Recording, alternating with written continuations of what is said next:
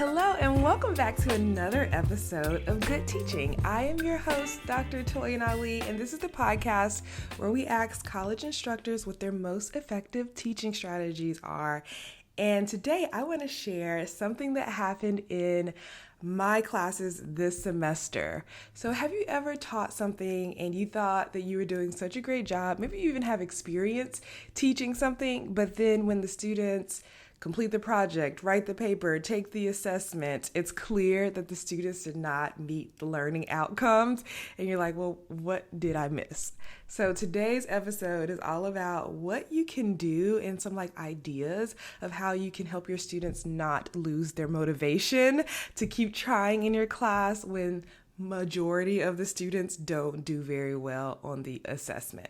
So let me tell you a little bit about my assessment practices and how confident I typically feel in my assessments. I'm known for never needing to curve my tests or quizzes or anything because there's always a student who makes 100% or very close. I pride myself on creating very fair, challenging but fair assessments. The students typically never feel like I ask them questions that were unexpected. They do feel challenged. They do see questions they've never seen before, but they know that they have all of the skills and they've learned all of the tools to be able to answer those questions. And we've talked about problem solving in my class multiple times. So recently I gave a test on exponential and logs. And this section of material in my pre-calculus class is known for being very challenging. It's function types that students aren't typically familiar with. Maybe they had never worked with exponentials and logs. So it's very challenging for the students in this section. But throughout the lessons, they tend to gain more and more confidence, and then they start to see, all of these problems work exactly alike. And I always tell my students, when it feels like every problem is exactly the same, that means you understand. If you feel like you're trying to do something completely different for every single problem, there's more practice to be done. And so we worked through this section. One challenge that happened was that spring break was in the middle of this unit this year. We had a very early spring break, so I imagine that played a role. We came back from spring break. I taught maybe one more section. We had a couple days of review. I even removed one of the sections from the unit because I was like, I just don't want to overwhelm them. I feel like they need more practice on what we had learned already. Gave the test, and I started grading my first class. I have two sections of this class. I started grading my first class, and I was like, it's not looking good. I typically just grade page by page, so I usually have a distorted view of how well the students are doing. I started adding up the scores. 3 students had 24 or 25% out of 100. One student made a 6 out of 100, and the highest score was an 89. That never happens to me. I'm like, oh no, where did I fail these students? So immediately I started thinking about solutions. I was like, okay, well, what went wrong here? So I started categorizing which types of problems were most missed and trying to understand which concepts they did not truly understand. And so as I continued grading, I started making a list of the misconceptions that my students had because my plan was to create a video for them and say, okay, these are the top 4 things that you all are having misconceptions around, and I want to make sure you understand these things because this material will make up 1/3 of your final exam. So let's get back into the content. And so I actually did create this video. I made a little video on my Vibe board, and I'll put the video, so I made a video about this on my YouTube channel, so I'll put a link for that in the show notes or in the description of this video so you can check it out and see what I sent my students. But yeah, I basically walked through the different misconceptions. I walked through how to solve the problems similar to the ones that were on the test, and I also highlighted all of the places where the misconceptions happened, and hopefully that helps students truly understand what was going on. Now you're likely thinking, well, the test is over. What's going to make the students actually review this video? Well, for me, especially in this class, once the test is done, the test is not done if you didn't understand things. So I actually have my students work exam reflections where they answer reflection questions like, what did you do to prepare for the test? Were there any questions on the test that surprised you? Did you make the score that you thought you would make? What would you do differently to study for the test next time, to help them understand their own learning and study skills and figure out what works best for them in my specific class and going forward.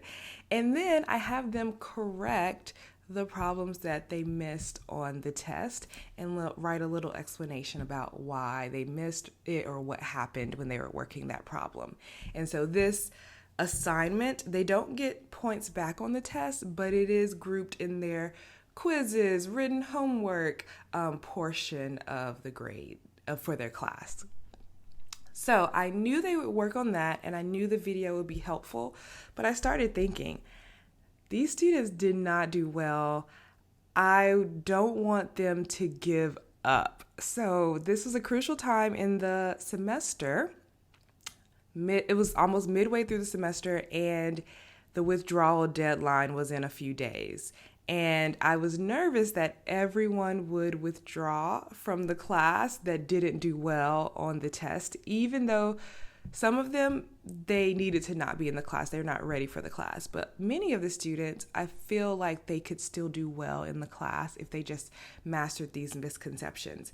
And the great thing about this class is withdrawal isn't the only option. We have a course called Catapult, which is kind of like a drop back class where they go back, they learn the foundational skills they need to be able to successfully complete pre-calculus next semester. So it doesn't look like a withdrawal on their transcript. They literally just switch out of my class into another class. So it's a section change.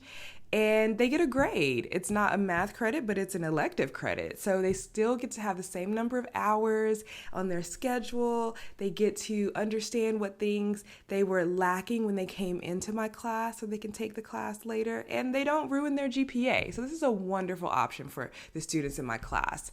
So what I wanted to make sure it didn't happen was that the students who actually could do well in my class, I didn't want them to move into the drop back class. So I started trying to think of solutions, like what could I do to help these students? So I came up with a tentative idea that I didn't actually go with, but I wanted to share it on the podcast in case it would be helpful for you.